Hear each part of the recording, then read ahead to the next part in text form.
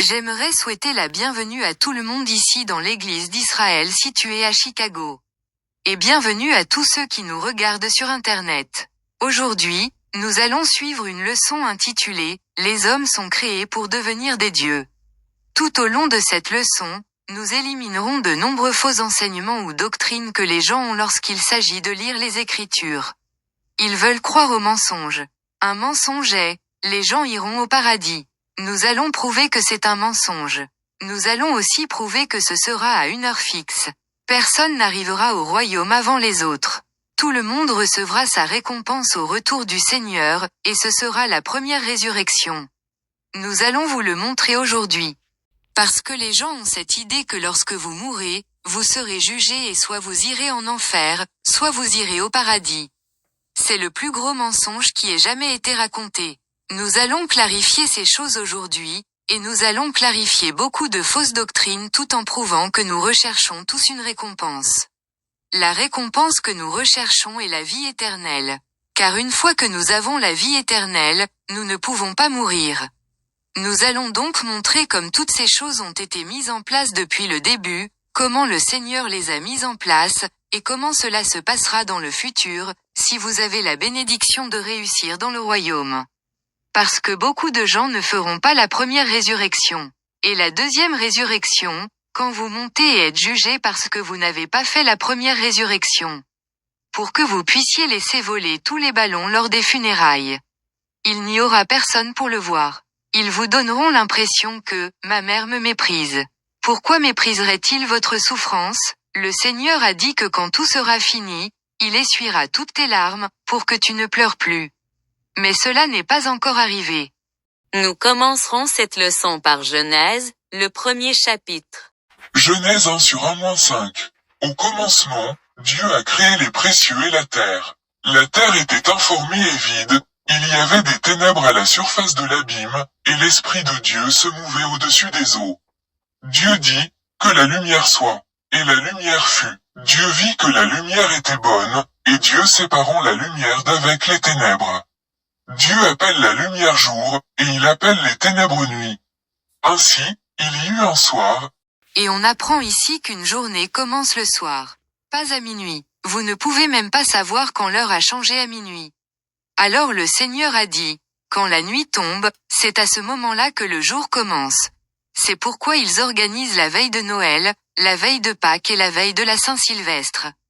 Parce qu'ils connaissent la vérité, mais ils ne vous le disent pas. Cela devrait vous dire que la journée commence le soir. C'est ainsi que le Seigneur l'a établi depuis le début, et c'est ainsi qu'il en est aujourd'hui. Les hommes essaient de le changer, mais c'est typique parce que l'Antéchrist sera toujours à l'opposé de ce que dit le Seigneur. Mais passons maintenant au verset 20. Dieu dit, que les eaux produisent en abondance des animaux vivants, et que des oiseaux volent sur la terre vers l'étendue du ciel. Alors maintenant, nous lisons ici sur la création et nous entendons comment les créatures ont été créées. Et vous êtes une de ces créatures. Nous avons sauté la partie sur la création de l'univers, et maintenant nous entendons parler de la création des créatures. Dieu créa les grands poissons et tous les animaux vivants qui se meuvent, et que les eaux produisirent en abondance selon leur espèce. Il créa aussi tout oiseau ailé selon son espèce. Dieu vit que cela était bon.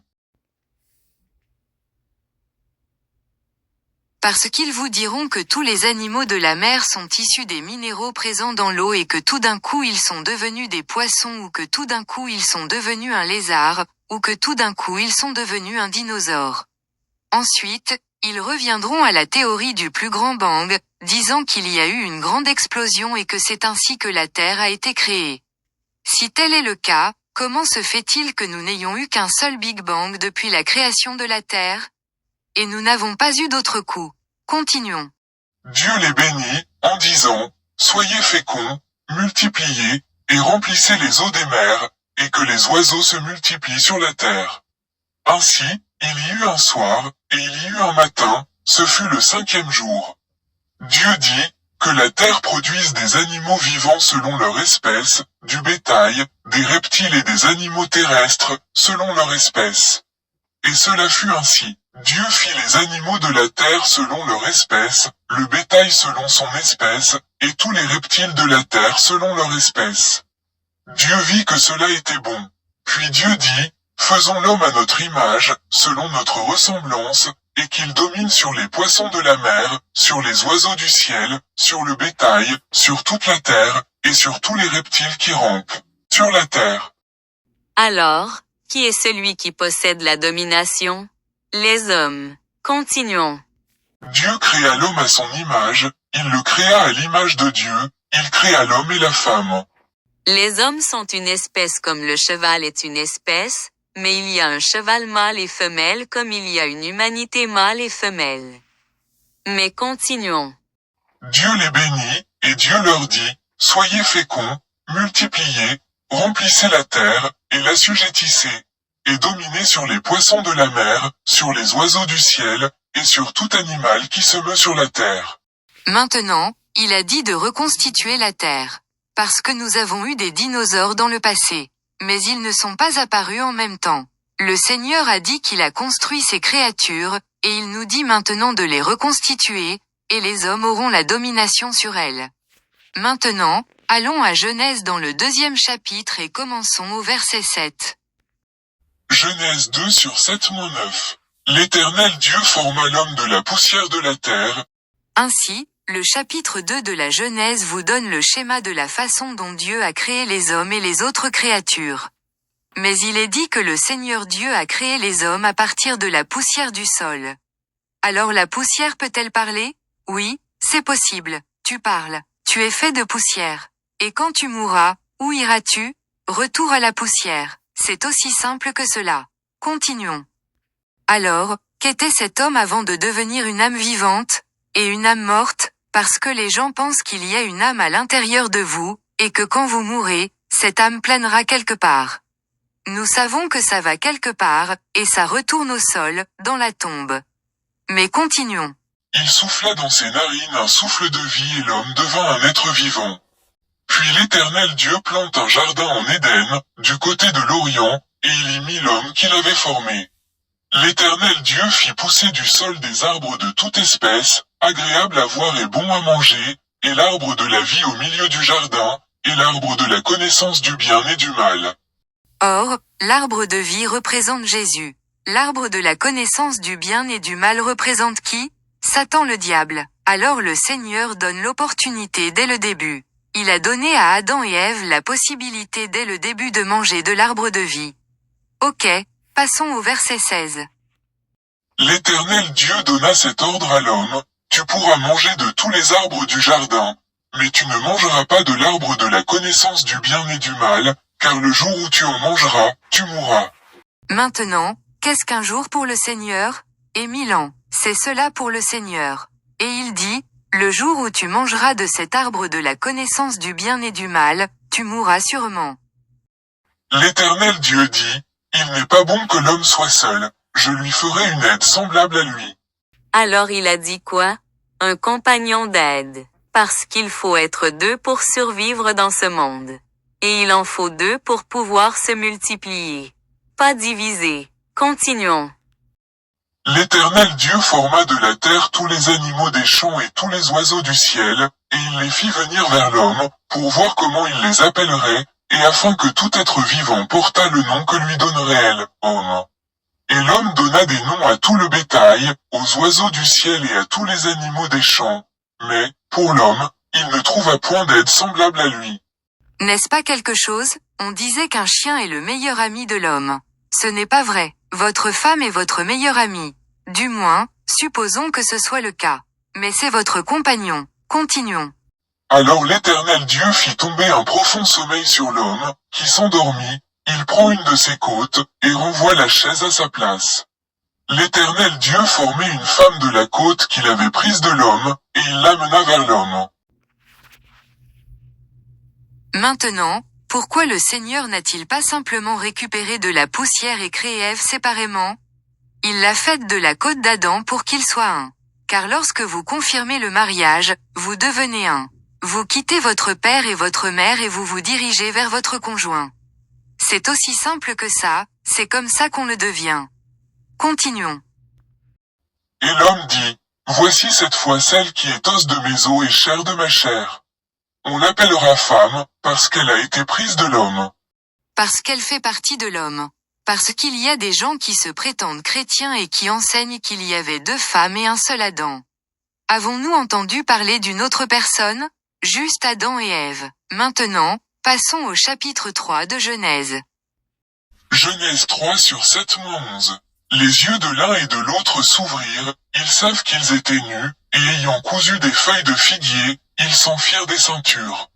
Alors ils entendent la voix de l'Éternel Dieu, qui parcourait le jardin vers le soir, et l'homme et sa femme se cachèrent loin de la face de l'Éternel Dieu, au milieu des arbres du jardin. Maintenant, pourquoi se cachait-il? Parce qu'il leur a spécifiquement dit de ne pas manger de l'arbre de la connaissance du bien et du mal. Mais ils firent cela, et leurs yeux étaient ouverts, et ils savaient qu'ils avaient rompu l'alliance avec le Seigneur. Continuons. Mais l'Éternel Dieu appelle l'homme, et lui dit, où es-tu? Il répondit, j'ai entendu ta voix dans le jardin, et j'ai eu peur, parce que je suis nu, et je me suis caché. Et l'Éternel Dieu dit, qui t'a appris que tu es nu? Comprenez-vous ce qui se passe ici? Pendant tout ce temps, Adam et Ève se promenaient nus. Mais dès que Satan a commencé à leur dire à quoi servaient les parties de leur corps, ils ont eu honte. Mais ils n'étaient pas censés ressentir cela. C'est pourquoi le Seigneur a dit, qui t'a dit que tu étais nu? Mais continuons. Est-ce que tu as mangé de l'arbre dont je t'avais défendu de manger? En fin de compte, oui, c'est ce qu'ils ont fait. Revenons au verset 17. Il dit à l'homme, puisque tu as écouté la voix de ta femme, et que tu as mangé de l'arbre au sujet duquel je t'avais donné cet ordre, tu n'en mangeras point. Le sol sera maudit à cause de toi. C'est à force de peine que tu en tireras ta nourriture tous les jours de ta vie. Maintenant tu dois travailler, Adam, et Ève aussi. Parce que tu as mangé de l'arbre dont je t'avais dit de ne pas manger. Continuons. Il te produira des épines et des ronces, et tu mangeras de l'herbe des champs. C'est à la sueur de ton visage que tu mangeras du pain, jusqu'à ce que tu retournes dans la terre, d'où tu as été pris. Car tu es poussière, et tu retourneras dans la poussière. Maintenant, ils disent cela à chaque enterrement ou au cimetière. Mais ensuite ils disent que la personne est au paradis. Tu as lu ce qu'il vient de dire? Ça dit, poussière tu es et poussière tu reviendras. Mais ils disent, tu seras au ciel, regardant en bas. Est-ce que cela a un sens? Mais c'est la doctrine qu'ils enseignent. Continuons. Verset 20. Adam donna à sa femme le nom d'Ève, car elle a été la mère de tous les vivants. L'Éternel Dieu fit à Adam et à sa femme des habitudes de peau, et il les en revêtit. Or, s'il a apporté des vêtements en peau, cela veut dire que quelque chose devait mourir. N'est-ce pas exact? Qu'apporte le péché? La mort. C'est aussi simple que cela. L'Éternel Dieu dit, voici, l'homme est devenu comme l'un de nous, pour la connaissance du bien et du mal. Empêchons-le maintenant d'avancer sa main, de prendre de l'arbre de vie, d'en manger, et de vivre éternellement. Maintenant, cet arbre de vie, que pouvez-vous faire? Vivre éternellement. Mais il a dit à Adam et Ève que si vous mangez de l'arbre de la connaissance du bien et du mal, vous mourrez ce jour-là. Mais sont-ils morts le même jour, selon le temps des hommes? Non. Ils moururent en l'espace de 1000 ans pour l'Éternel. Car Mathusalem vécut jusqu'à l'âge de 969 ans. Mais il n'a jamais vécu avant l'âge de 1001 ans. Parce qu'il aurait passé un jour selon le Seigneur. Ok, passons à Apocalypse 2 et au verset 7. Que celui qui a des oreilles entende ce que l'Esprit dit aux églises. À celui qui vaincra, je donnerai à manger de l'arbre de vie, qui est dans le paradis de Dieu. N'est-ce pas quelque chose? Mais tu dois faire quoi? Surmonter. Vous ne pouvez pas être ici en train de pécher et de penser que vous entrerez dans le royaume. Parce que ce vieux dicton, viens tel que tu es, est le plus grand mensonge qui ait jamais été raconté. Il a donc dit ici que quiconque vaincra ce monde a droit à l'arbre de vie. Lisons l'Apocalypse et lisons le 22e chapitre, versets 12 à 14. Voici, je viens bientôt, et ma rétribution est avec moi, pour rendre à chacun selon ce qu'est son œuvre. Alors, cela ne signifie-t-il pas vaincre?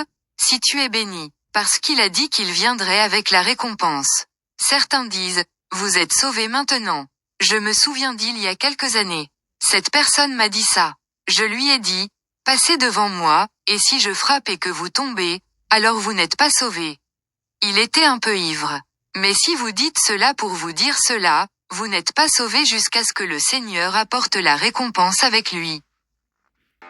Je suis l'alpha et l'oméga, le premier et le dernier, le commencement et la fin. Heureux ceux qui lavent leurs robes, afin d'avoir droit à l'arbre de vie. Est-ce que c'est aussi dans votre Bible? Dit-il, bienheureux ceux qui font quoi?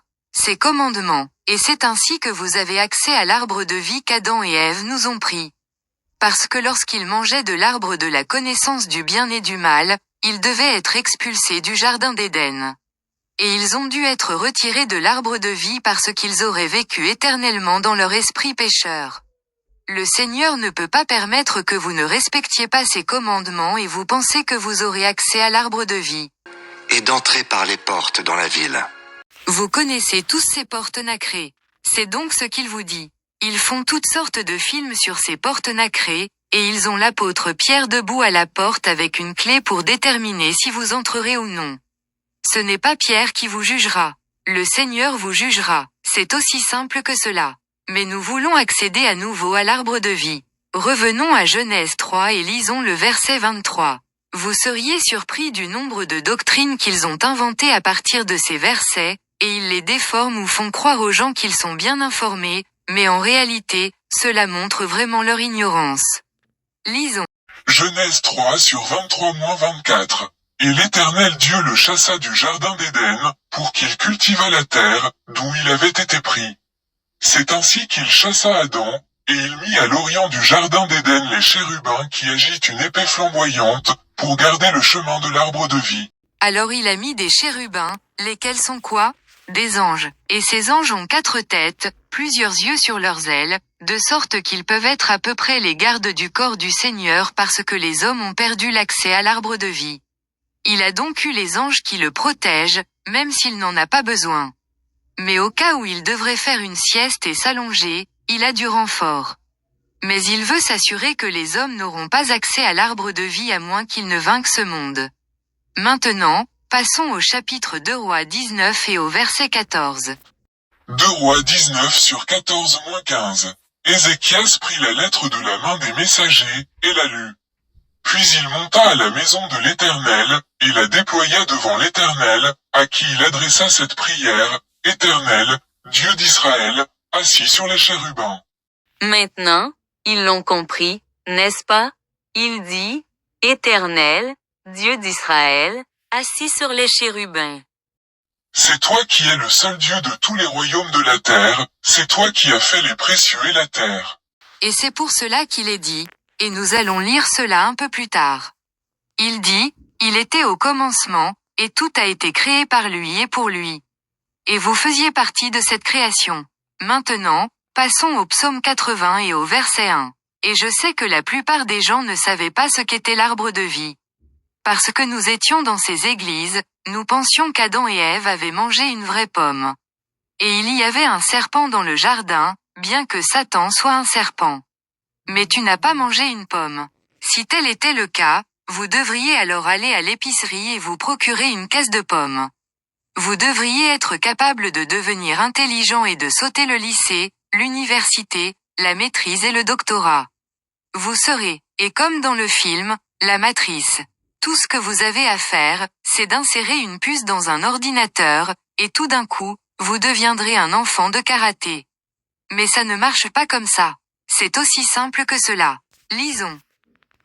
Psaume 80 sur 1-2 au chef des chantres. Sur les lits lyriques, d'Azaph. Psaume, prête l'oreille, berger d'Israël, toi qui conduis Joseph comme un troupeau.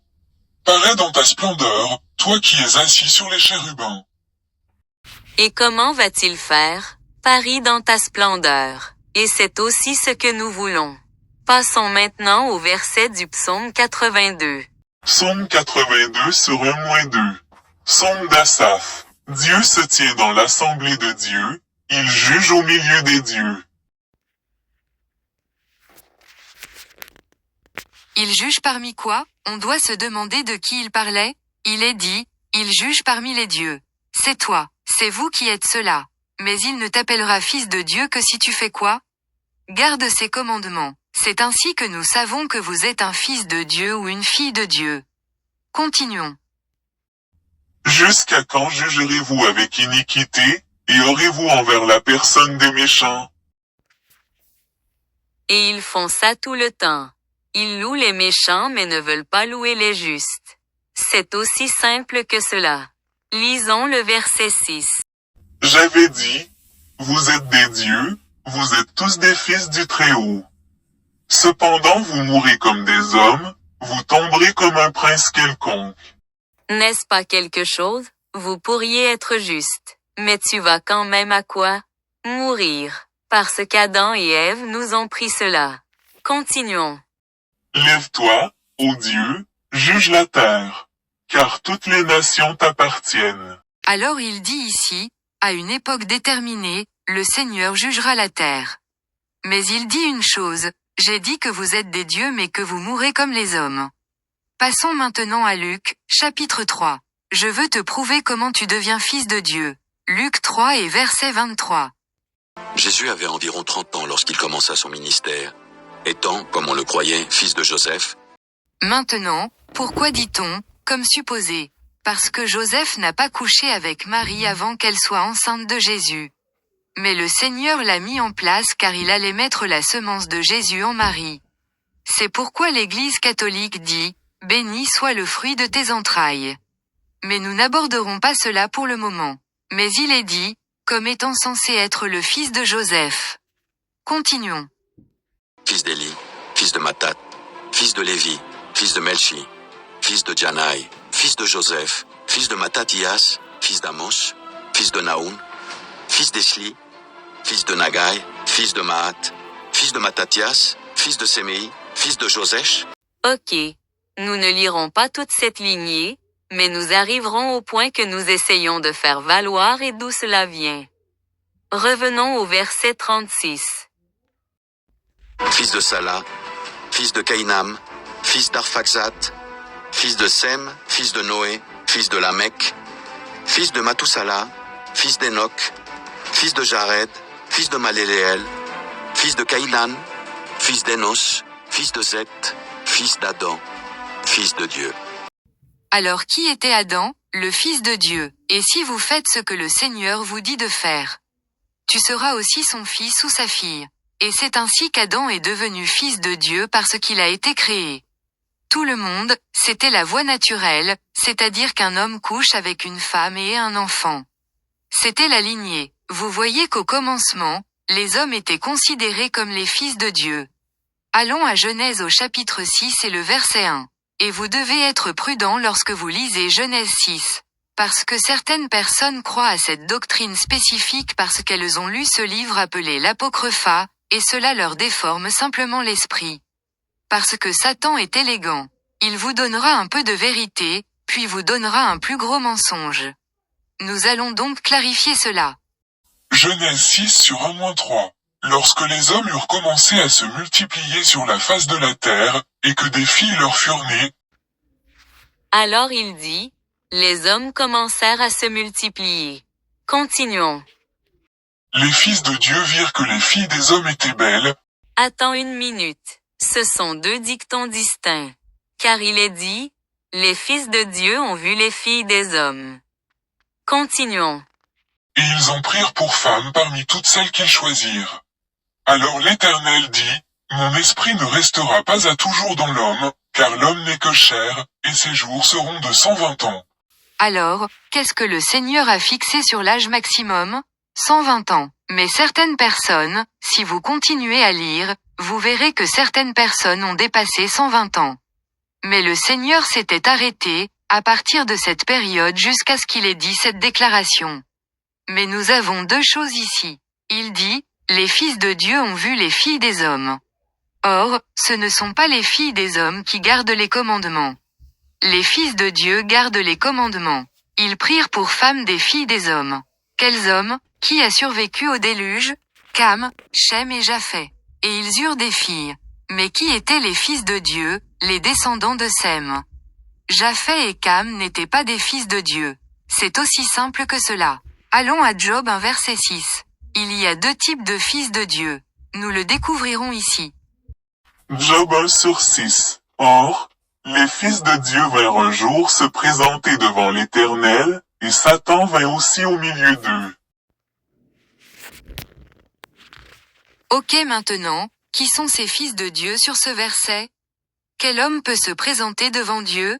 Seulement des anges. Vous ne pouvez pas monter au ciel et vous présenter au Seigneur et dire, je veux juste me présenter à toi aujourd'hui, Seigneur. Nous parlons ici d'anges. Il est donc dit, les fils de Dieu sont venus se présenter au Seigneur, et Satan est venu aussi. Allons à Job 38 et lisons le verset 1. Donc ceci lorsque les anges sont considérés comme les fils de Dieu et... Job 38 sur 1-7. L'Éternel a répondu à Job du milieu de la tempête et dit, qui est celui qui obscurcit mes desseins par des discours sans intelligence? Saint terrain comme un vaillant homme, je t'interrogerai, et tu m'instruiras. Où étais-tu quand je fondais la terre? Dis-le, si tu as de l'intelligence. Il dit, où étais-tu, Job, quand j'ai créé ce ciel et cette terre? Continuons. Qui en a fixé les dimensions, le sais-tu? Ou qui a étendu sur elles le cordonneau? Sur quoi ces bases sont-elles appuyées? Ou qui en a posé la pierre angulaire, alors que les étoiles du matin éclataient en chants d'allégresse, et que tous les fils de Dieu poussaient des cris de joie? Attends une minute. Il dit, quand les étoiles du matin chantaient ensemble et que tous les fils de Dieu criaient de joie. N'avons-nous pas lu dans la Genèse que l'Esprit de Dieu était à la surface de l'abîme? Ce sont les anges qui crient de joie parce qu'ils aidaient le Seigneur à établir sa création.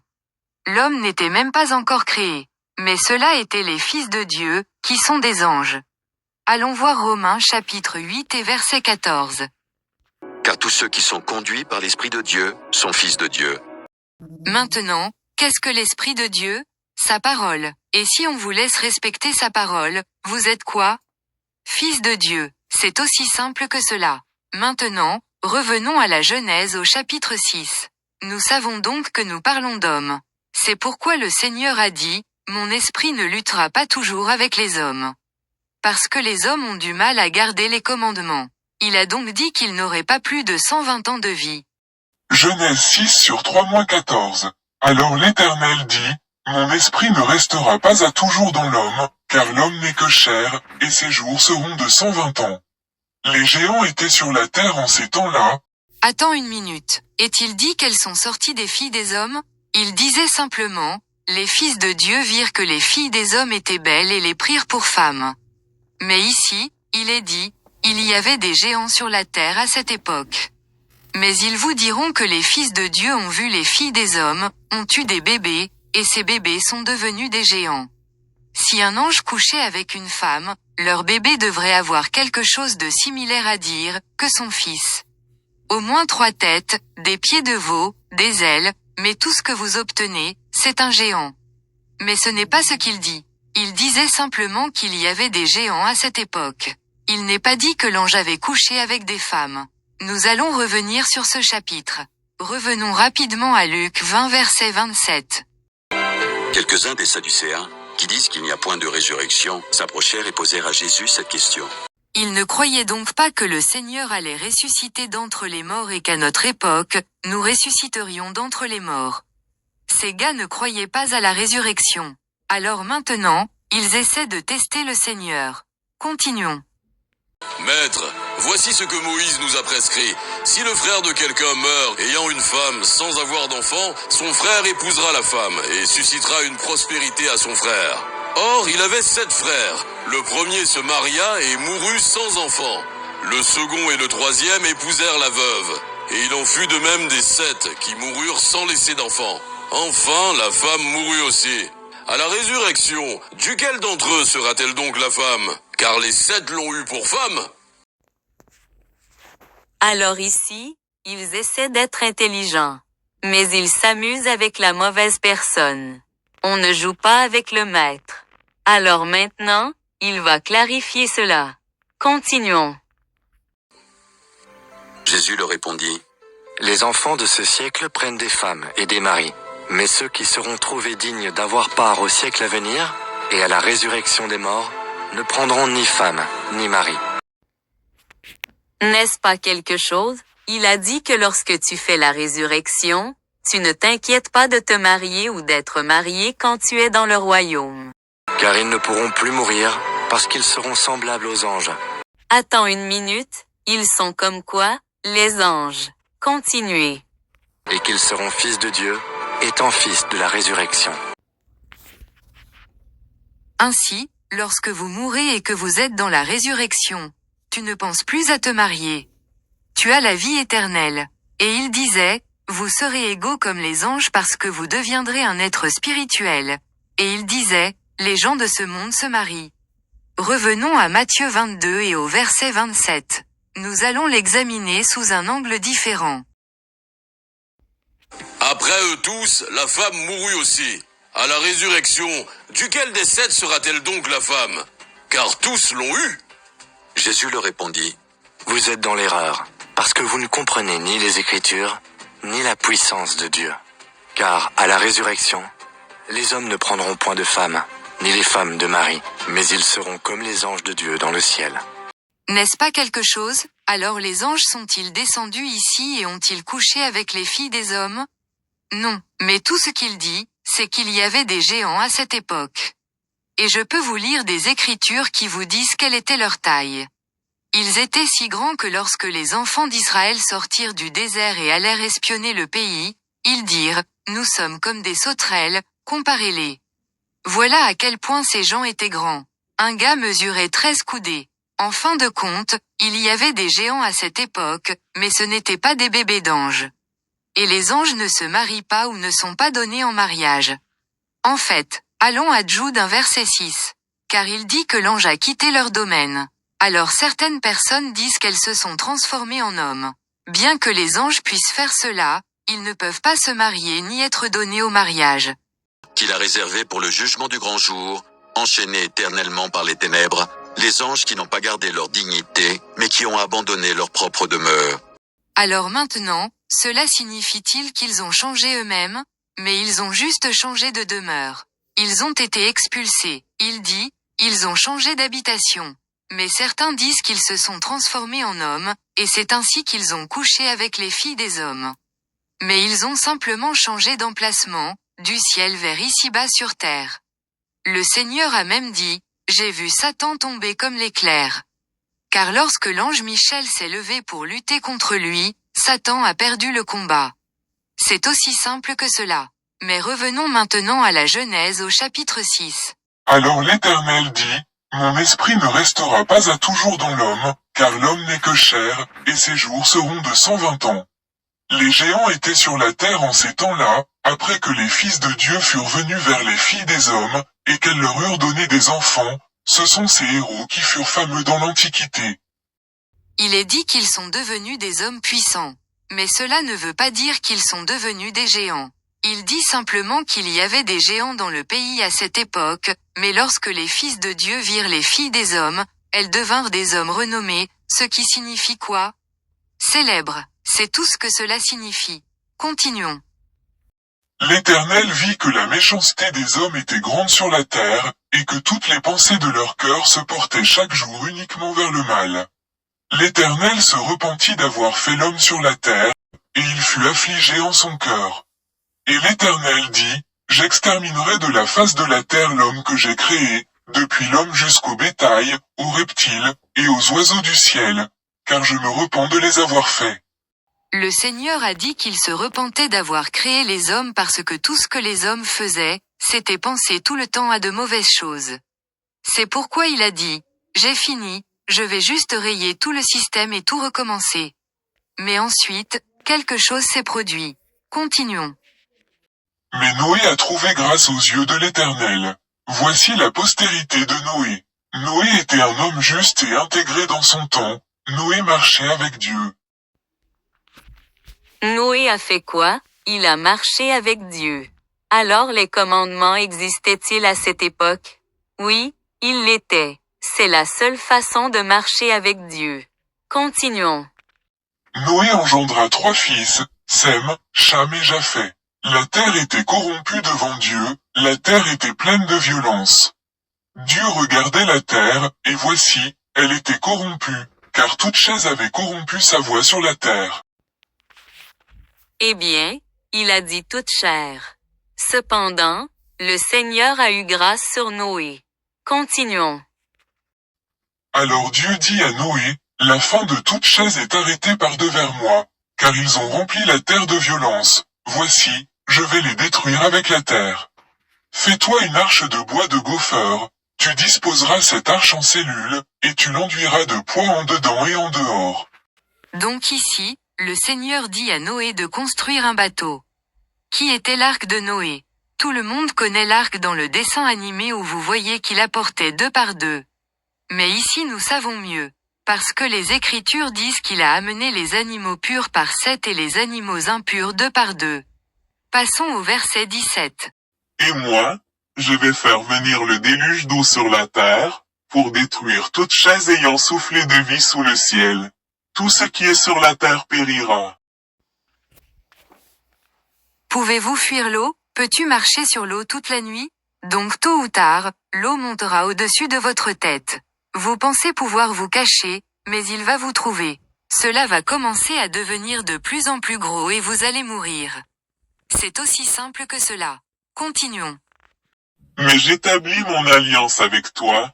Tu entreras dans l'arche, toi et tes fils, ta femme et les femmes de tes fils avec toi. Alors, Caïn a-t-il survécu au déluge? Non. Donc si quelqu'un dit que Caïn était de l'autre côté du déluge, c'est un mensonge. Toute chair, mâle et femelle, mourut. Passons maintenant à Genèse 7 et au verset 21.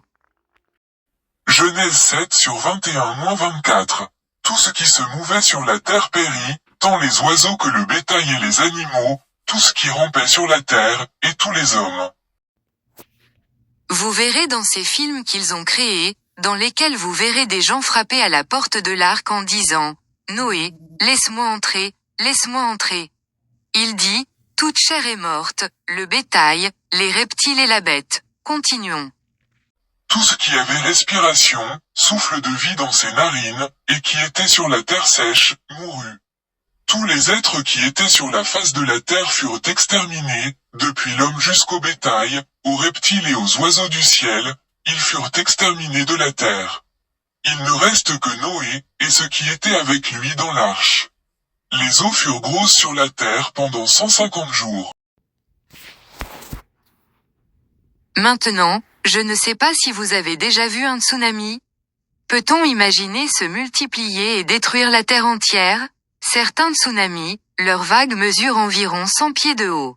Car lorsque le Seigneur enverra la destruction, c'est exactement cela qu'il fera. Et il a dit qu'il allait apporter de l'eau et que toute chair allait mourir. Vous ne respirez pas un air différent de celui d'un chien. Vous ne respirez pas un air différent de celui d'un rat. Vous respirez tous le même air. Ok, passons à Genèse 8 et au verset 13. Genèse 8 sur 13-19. L'an 601, le premier mois, le premier jour du mois, les eaux avaient séché sur la terre. Noé ôta la couverture de l'arche, il regardait, et voici, la surface de la terre avait séché. Le deuxième mois, le 27e jour du mois, la terre fut sèche. Alors Dieu parla à Noé, en disant, « Sors de l'arche, toi et ta femme, tes fils et les femmes de tes fils avec toi.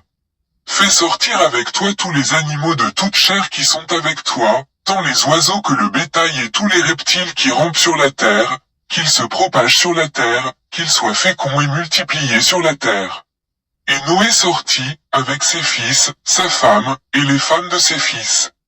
Tous les animaux, tous les reptiles, tous les oiseaux, tout ce qui se meut sur la terre, selon leurs espèces, sortent de l'arche. Noé bâtit un autel à l'Éternel, il prend de toutes les bêtes pures et de tous les oiseaux purs, et il offrit des holocaustes sur l'autel. Maintenant, si c'était seulement 2 par 2 et qu'il en tuait un sur tout le monde, pourrait-il être capable de se multiplier? Jetons un coup d'œil à cela. Allez à Genèse 7 verset 1. Genèse 7 sur 1-3. L'Éternel dit à Noé, « Entre dans l'arche, toi et toute ta maison, car je t'ai vu juste devant moi parmi cette génération. Tu prendras auprès de toi 7 couples de tous les animaux purs, le mâle et sa femelle. Attends une minute. Cela met fin à cette doctrine catholique, n'est-ce pas? Continuons. Une paire des animaux qui ne sont pas purs, le mâle et sa femelle. 7 couples aussi des oiseaux du ciel, mâle et femelle, afin de conserver leur race en vie sur la face de toute la terre. Donc pour préserver la race, il fallait qu'il y ait un mâle et une femelle pour qu'ils puissent se multiplier. Si vous n'en aviez que 2 par 2 et que vous en tuez un, ils ne pourront pas se multiplier. Avons-nous des animaux impurs sur cette planète? Oui. Avons-nous des animaux propres sur cette planète? Oui. Allons à Genèse 9 et au verset 1. Genèse 9 sur 1-2. Dieu bénit Noé et ses fils, et leur dit, soyez féconds, multipliez, et remplissez la terre. Vous serez un sujet de crainte et d'effroi pour tout animal de la terre, pour tout oiseau du ciel, pour tout ce qui se meut sur la terre, et pour tous les poissons de la mer, ils sont livrés entre vos mains. Certains disent qu'au début nous étions tous végétariens. Alors pourquoi vous donnerait-il la domination sur le poisson si vous ne pouvez pas manger? Et pourquoi dirait-il dans le Lévitique au chapitre 11, ce sont les animaux que nous pouvons manger et ce sont les animaux que nous ne pouvons pas manger? Allons au verset 18. Genèse 9h18-19. Les fils de Noé, qui sortent de l'arche, étaient Sem, Cam et Japhet. Cam fut le père de Canaan. Juste une remarque. Cam a couché avec sa mère, et ils ont eu un bébé, et c'était Canaan. Mais c'est une autre leçon. Ce sont là les 3 fils de Noé, et c'est leur postérité qui peupla toute la terre. Allons à Genèse 10 et verset 1. Genèse 10 sur 1-2. Voici la postérité des fils de Noé, Sem, Cam et Japhet. Nous allons juste lire la première génération après eux. Nous n'allons pas tous les lire. Il leur naquit des fils après le déluge. Les fils de Japhet furent Gomer, Magog, Madai, Javan, Tubal, Méchec et Tira. Allez au verset 6. Les fils de Cam furent Cush, Mitzraïm, Punt et Canaan. Eh bien, c'était Japhet et Cam. Passons maintenant au verset 21. Il naquit aussi des fils à Sem, père de tous les fils d'Héber, et frère de Japhet l'aîné. Alors maintenant, vous voyez qu'à partir de Cam, Sem et Japhet, à partir de leurs semences, ils se sont multipliés sur cette terre. Passons maintenant à Jean 10 et au verset 30. Moi et le Père, nous sommes un. Cela signifie-t-il que lui et le Père ne forment qu'une seule personne? Non, cela signifie simplement qu'ils sont d'accord les uns avec les autres. Donc si vous êtes d'accord avec le Seigneur, toi aussi tu es un avec le Seigneur. Continuons.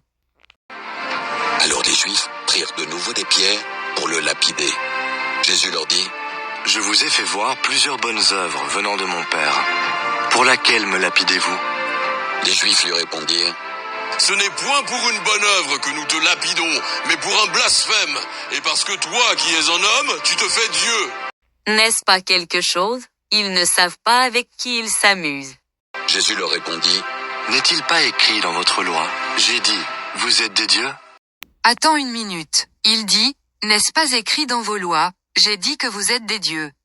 Se référant à lui-même, il n'y a aucune divergence à ce sujet. Parce que Jésus existe depuis longtemps. Prouvons-le. Commençons par Corinthiens 10 et le verset 1. Corinthiens 10. Frères, je ne veux pas que vous ignoriez que nos pères ont tous été sous la nuée, qu'ils ont tous passé au travers de la mer, qu'ils ont tous été baptisés en Moïse, dans la nuée, dans la mer, qu'ils ont tous mangé le même aliment spirituel, et qu'ils ont tous bu le même breuvage spirituel, car ils buvaient un rocher spirituel qui les suivait, et ce rocher était Christ. C'était à l'époque de Moïse. C'est à lui que vous avez affaire. C'est pourquoi il a dit, n'ai-je pas dit que vous étiez des dieux? Il le pensait vraiment. Maintenant, revenons à Jean chapitre 10 et au verset 35. Je devais juste interrompre cela. Si elle a appelé Dieu ceux à qui la parole de Dieu a été adressée, et si l'écriture ne peut être anéantie, celui que le Père a sanctifié, et envoyé dans le monde, vous lui dites « Tu blasphèmes ». Et cela parce que j'ai dit « Je suis le Fils de Dieu ». Il a dit, vous dites tous que je blasphème parce que je dis que je suis le Fils de Dieu.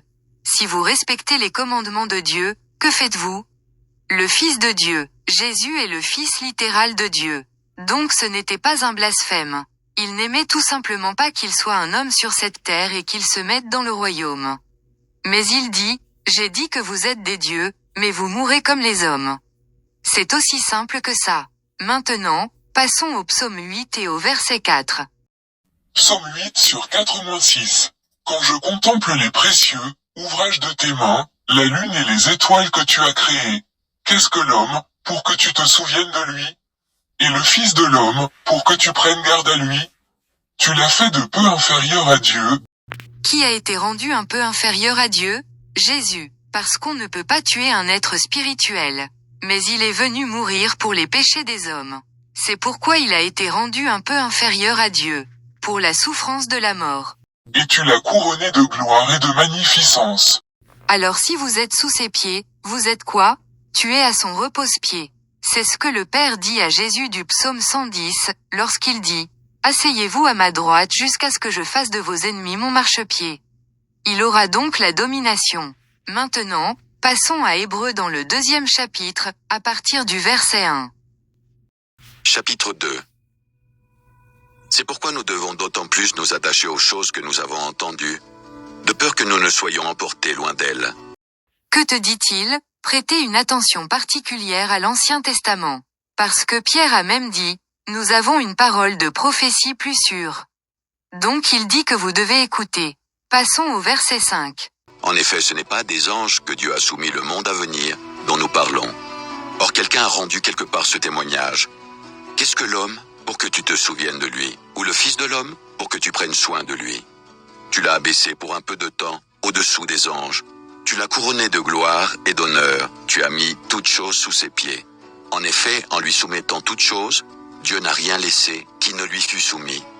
Cependant, nous ne voyons pas encore maintenant que toutes choses lui soient soumises. Mais celui qui a été abaissé, pour un peu de temps, au-dessous des anges, Jésus, nous le voyons couronné de gloire et d'honneur, à cause de la mort qu'il a soufferte, afin que par la grâce de Dieu, il souffrit la mort pour tous. Il convenait en effet que celui pour qui et par qui sont toutes choses, et qui voulait conduire à la gloire beaucoup de fils, éleva à la perfection par les souffrances, le prince de leur salut. Car celui qui sanctifie et ceux qui sont sanctifiés sont tous issus d'un seul. C'est pourquoi il n'a pas honte de les appeler frères, lorsqu'il dit « J'annoncerai ton nom à mes frères, je te célébrerai au milieu de l'assemblée. » C'est ce qu'il dit, ils sont devenus un avec lui. Et il a dit quoi? Il amène de nombreux fils à la gloire. C'est alors que vous savez que vous êtes un enfant de Dieu, en vainquant, et que vous réussirez dans le royaume. Maintenant, passons à Jean 1 et au verset 1. Évangile selon Jean. Jean 1. Au commencement était la parole, et la parole était avec Dieu, et la parole était Dieu. Alors, est-ce que ce sont deux dans la divinité? Pas une trinité, car il est dit, au commencement, la parole était, et la parole était auprès de Dieu, et la parole était Dieu. C'est le Père et le Fils. Et les anges ne peuvent pas être un Dieu. Il n'est qu'un être spirituel. Continuons. Elle était au commencement avec Dieu. Ok. Alors était-il là au début? Parce que dans les Écritures, il est dit, il n'a eu ni commencement ni fin. Sans mère, ni père, ni quoi que ce soit d'autre. Toutes choses ont été faites par elle, et rien de ce qui a été fait n'a été fait sans elle. Alors avait-il le contrôle lorsqu'il disait aux anges, qui sont aussi les fils de Dieu, de créer ce monde et les cieux? Et à créer les hommes et tout le reste. Vous étiez également un être créé. C'est aussi simple que ça. Passons au verset 10. Elle était dans le monde, et le monde a été fait par elle. Et le monde ne l'a point connue. Elle est venue chez les siens, et les siens ne l'ont point reçue. Mais à tous ceux qui l'ont reçue, à ceux qui croient en son nom, elle a donné le pouvoir de devenir enfants de Dieu, lesquels sont nés. Le Seigneur ne vous donne-t-il pas le choix? Quand vous entendez sa parole, vous décidez ce que vous allez être, le fils du diable ou le fils de Dieu. Il n'y a rien entre les deux. Il n'y a pas de tiède. C'est soit un côté, soit l'autre. Continuons. Non du sang, ni de la volonté de la chair, ni de la volonté de l'homme, mais de Dieu. Né de quoi? Né de Dieu. Il vous a donné le pouvoir de devenir fils de Dieu. Tu ne sais pas que c'est beaucoup de pouvoir? Parce que vous avez la connaissance nécessaire pour obtenir le salut, la plupart des gens dans le monde n'en ont même pas la moindre idée. Ils pensent qu'ils ont raison. Même Paul dit dans Romains chapitre 10, ils ont beaucoup de zèle mais pas selon la connaissance. Nous sommes un peuple spirituel, mais pas selon la connaissance. Ce serait si simple. Maintenant, allons à Jean 5 et au verset 24. Qu'il a envoyé. En vérité, je vous le dis. Celui qui écoute ma parole et qui croit à celui qui m'a envoyé a la vie éternelle et ne vient point en jugement, mais il est passé de la mort à la vie. N'est-ce pas quelque chose? Passons au verset 39. Vous sondez les Écritures parce que vous pensez avoir en elles la vie éternelle. Ce sont elles qui rendent témoignage de moi. Il dit donc essentiellement, vous ne savez pas qui je suis. Sondez les Écritures et elles témoignent de moi. Nous lisons dans 1 Corinthiens 10, ce rocher, c'était le Christ. Il existe depuis longtemps, et si vous voulez réussir dans le royaume, tu dois entendre sa parole. Ok, passons à Philippiens 3 verset 7. Mais ces choses qui étaient pour moi des gains, je les ai regardées comme une perte, à cause de Christ. Et même je regarde toutes choses comme une perte, à cause de l'excellence de la connaissance de Jésus-Christ mon Seigneur. Ok, alors qu'est-ce qu'il te dit ici? Il dit que les choses matérielles ne signifient rien pour moi. Si je vais suivre le Seigneur, ces choses matérielles, et les plus riches, j'y renoncerai. Je veux la vie éternelle. Continuons. Pour lequel j'ai renoncé à tout, et je les regarde comme de la boue, afin de gagner Christ. N'est-ce pas quelque chose? Pensez-vous parce que vous avez une chaîne en or autour du cou, et cela vous fait bien paraître. Mais ce ne sont que les richesses de ce monde. Paul dirait, prends ma chaîne, j'aime mieux avoir Christ que cet or. C'est aussi simple que cela. Passons au verset 10. Afin de connaître Christ, et la puissance de sa résurrection, et la communion de ses souffrances, en devenant conforme à lui dans sa mort, pour parvenir, si je puis, à la résurrection d'entre les morts. Ce n'est pas que j'ai déjà remporté le prix ou que j'ai déjà atteint la perfection, mais je cours pour tâcher de le saisir, puisque moi aussi j'ai été saisi par Jésus-Christ. Frère, je ne pense pas l'avoir saisi, mais Il dit, je ne suis pas sauvé maintenant. Et c'est lui que les gens utilisent dans les Écritures pour dire, Paul a dit que nous sommes sauvés. Nous sommes dans une dispensation différente. Il a dit, je ne pense pas l'avoir saisi. Comment ne lisent-ils pas cette Écriture? Continuons. je fais une chose, oubliant ce qui est en arrière, et me portant vers ce qui est en avant. Je cours vers le but, pour remporter le prix de la vocation céleste de Dieu en Jésus-Christ. Il dit donc qu'il regarde vers le but pour entrer dans le royaume. Allons au verset 20. Mais notre cité à nous est dans les cieux, d'où nous attendons aussi, comme sauveur, le Seigneur Jésus-Christ, qui transformera le corps de notre humiliation en le rendant semblable au corps de sa gloire, par le pouvoir qu'il a de s'assujettir toutes choses.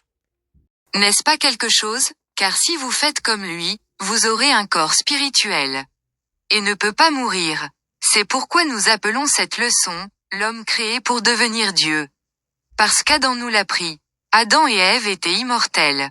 Ils ne pouvaient pas mourir tant qu'ils n'avaient pas désobéi à Dieu. Et la mort est venue dans le monde. Mais il a dit, quand le Seigneur viendra, il façonnera nos corps vils en son corps glorieux. Passons maintenant aux Romains chapitre 8 et verset 28. Nous savons du reste que toute chose concourt au bien de ceux qui aiment Dieu, de ceux qui sont appelés selon son dessein, car ceux qu'il a connus d'avance, il les a aussi prédestinés à être semblables à l'image de son Fils, afin que son Fils fût le premier-né entre plusieurs frères. Alors, est-ce que quelqu'un est sorti de la tombe avant la mort de Jésus? Non, il est dit, il était le premier-né d'une multitude de frères. C'est pourquoi il est considéré comme le premier fruit d'entre les morts.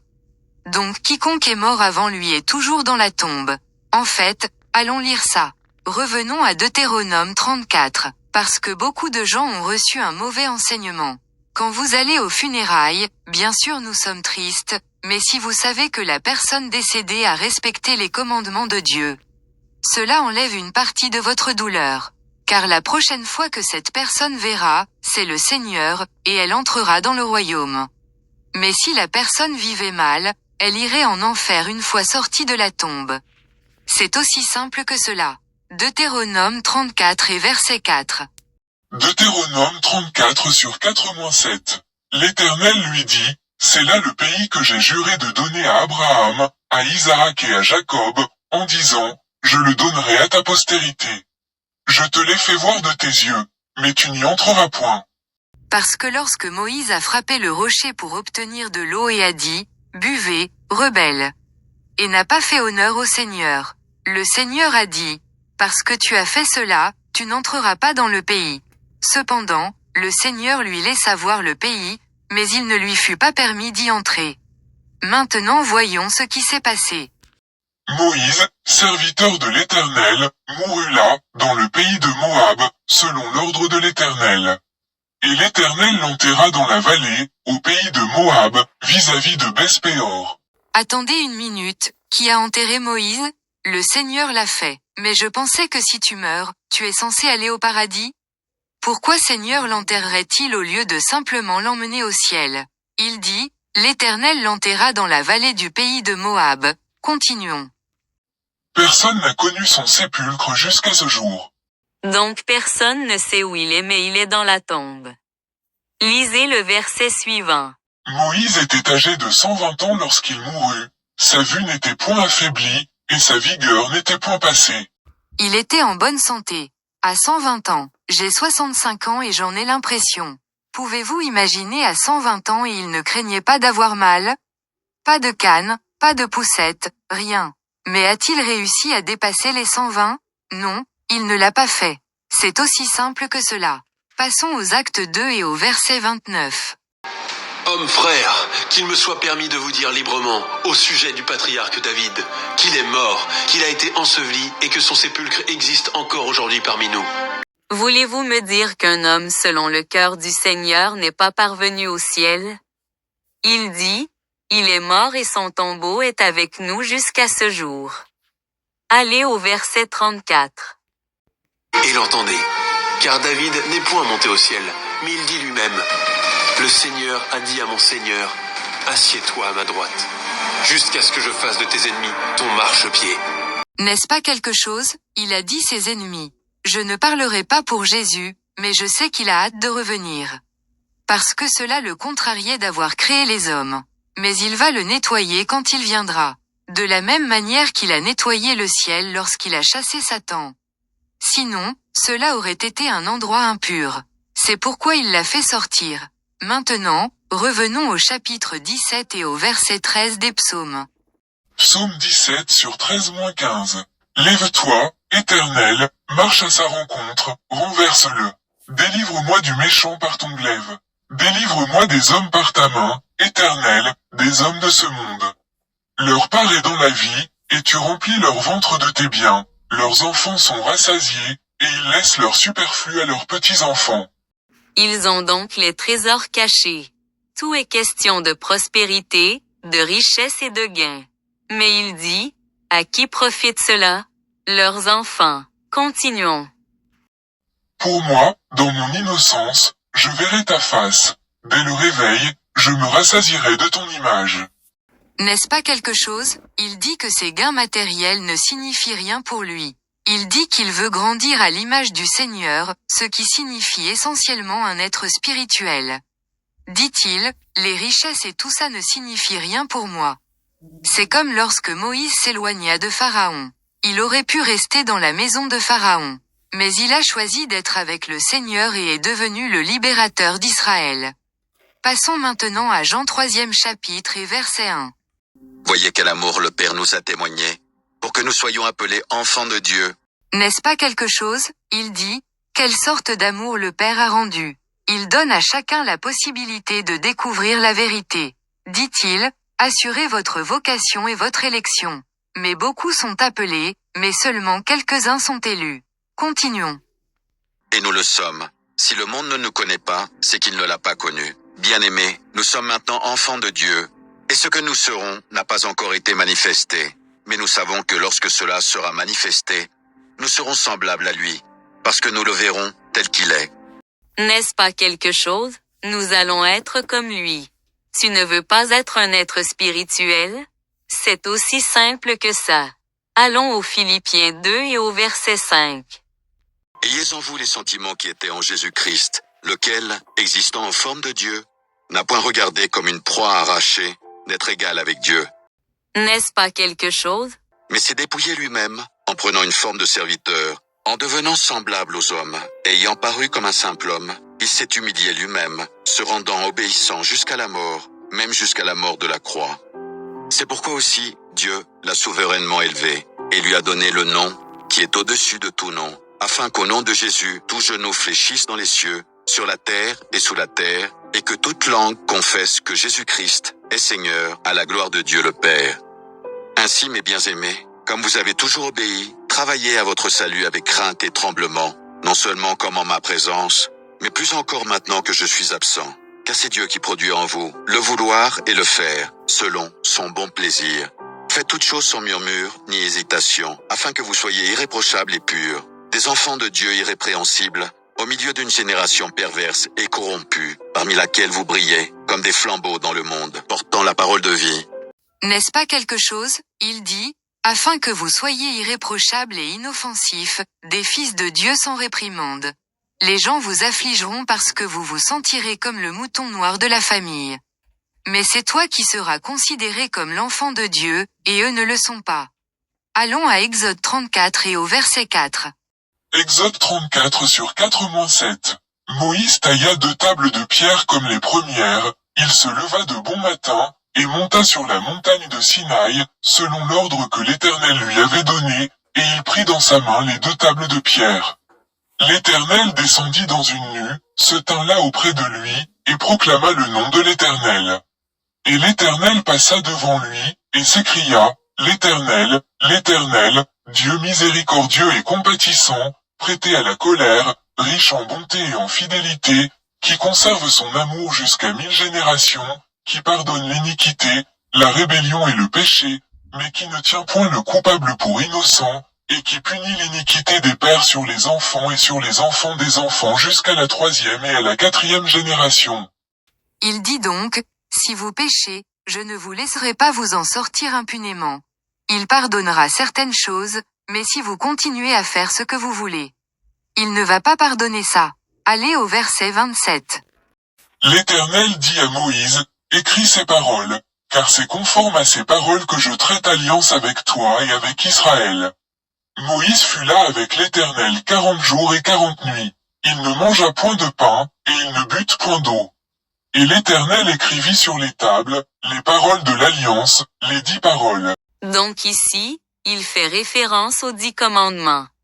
Moïse descendant de la montagne de Sinaï, ayant les 2 tables du témoignage dans sa main, en descendant de la montagne, et il ne savait pas que la peau de son visage rayonnait, parce qu'il avait parlé avec l'Éternel. N'est-ce pas quelque chose? Dans le film, les 10 commandements. Moïse est resté dans la montagne pendant 40 jours et 40 nuits, et quand il en est redescendu, il n'avait que des cheveux gris. Mensonge. C'est pourquoi je laisse mes enfants regarder ces émissions afin qu'ils puissent voir ce que dit la Bible et ce que les hommes essaient de vous présenter. Même quand ils ont eu la scène où ils ont changé la couleur de son bras.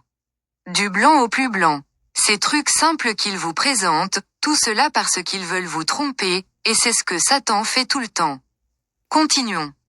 Aaron et tous les enfants d'Israël regardèrent Moïse, et voient la peau de son visage rayonner, et ils craignaient de s'approcher de lui. Ils avaient peur de s'approcher de lui. Parce qu'il a gravi la montagne avec un teint foncé, et maintenant il redescend de la montagne avec un teint brillant. Continuons. Moïse les appela. Aaron et tous les principaux de l'assemblée vinrent auprès de lui, et il leur parla. Après cela, tous les enfants d'Israël s'approchèrent, et il leur donna tous les ordres qu'il avait reçus de l'Éternel, sur la montagne de Sinaï. Lorsque Moïse eut achevé de leur parler, il mit un voile sur son visage. Quand Moïse entrait devant l'Éternel, pour lui parler, il ôtait le voile, jusqu'à ce qu'il sortît. Et quand il sortait, il disait aux enfants d'Israël ce qui lui avait été ordonné.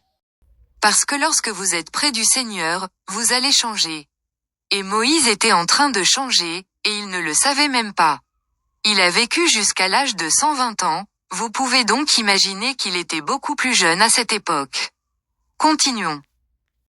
Les enfants d'Israël regardaient le visage de Moïse, et voyaient que la peau de son visage rayonnait, Pas ses cheveux, mais sa peau. Continuons.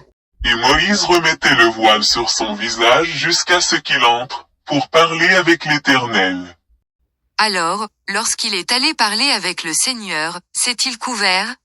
Non, ce n'était que lorsqu'il était avec Aaron et tous les autres anciens et le peuple. Parce qu'il savait que lorsque Moïse partait, il revenait avec une apparence différente. Allons à Daniel 12 et au verset 1. Daniel 12 sur 1-3. En ce temps-là se lèvera Michaël, le grand chef, le défenseur des enfants de ton peuple, et ce sera une époque de détresse, telle qu'il n'y en a point eu de semblable depuis que les nations existent jusqu'à cette époque. En ce temps-là, ceux de ton peuple qui seront trouvés inscrits dans le livre seront sauvés. Alors ici, il parle de choses qui se produiront dans le futur. Il a dit, après ce temps de détresse, ceux-là se manifesteront, tous ceux dont le nom est écrit dans le livre. De quel livre s'agit-il? Le livre de la vie. Continuons. Plusieurs de ceux qui dorment dans la poussière de la terre se réveilleront, les uns pour la vie éternelle, et les autres pour l'opprobre, pour la honte éternelle. Alors, où sont-ils en ce moment? Dans la terre. Ils sont enterrés. Il dit, beaucoup de ceux qui dorment dans la terre. Continuons. Ceux qui auront été intelligents brilleront comme la splendeur du ciel, et ceux qui enseigneront la justice, à la multitude brilleront comme les étoiles, à toujours et à perpétuité. N'est-ce pas quelque chose? C'est pourquoi dans Apocalypse 22 chapitre il est dit, vous n'aurez plus besoin de la lumière du soleil et de la lune parce que le Seigneur et tous les autres vont briller.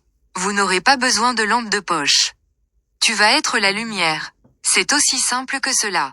Revenons à Matthieu 17 et au verset 1. Matthieu 17. 6 jours après, Jésus prit avec lui Pierre, Jacques et Jean, son frère, et il les conduisit à l'écart sur une haute montagne. Il fut transfiguré devant eux. Son visage resplendit comme le soleil, et ses vêtements devinrent blancs comme la lumière. Le Seigneur leur montre donc une vision de ce à quoi ressembleront les choses dans le futur. Continuons. Et voici Moïse et Élie leur apparurent, s'entretenant avec lui. Pierre, prenant la parole, dit à Jésus, « Seigneur, il est bon que nous soyons ici. Si tu le veux, je dresserai ici 3 tentes, une pour toi, une pour Moïse et une pour Élie. » Comme il parlait encore, une nuée lumineuse les couvrit. Et voici, une voix fit entendre de la nuée ces paroles.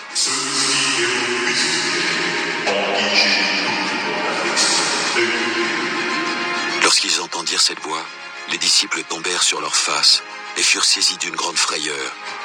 Mais Jésus, s'approchant, les toucha et dit, « Levez-vous, n'ayez pas peur. » Ils levèrent les yeux et ne virent que Jésus seul.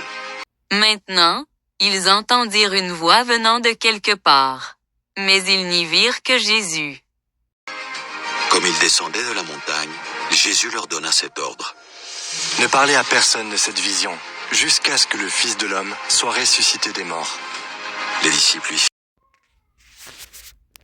Il dit, ne parlez à personne de cette vision. Parce que je vous ai montré à tout ce qui va arriver. J'ai montré que Moïse et Élie seront avec moi et qu'ils brilleront. C'était donc une vision pour vous montrer à quoi ressemblerait l'avenir. Passons maintenant à Ézéchiel 43 et au verset 1. Ézéchiel 43 sur 1-2. Il me conduisit à la porte qui était du côté de l'Orient. Et voici, la gloire du Dieu d'Israël s'avançait de l'Orient.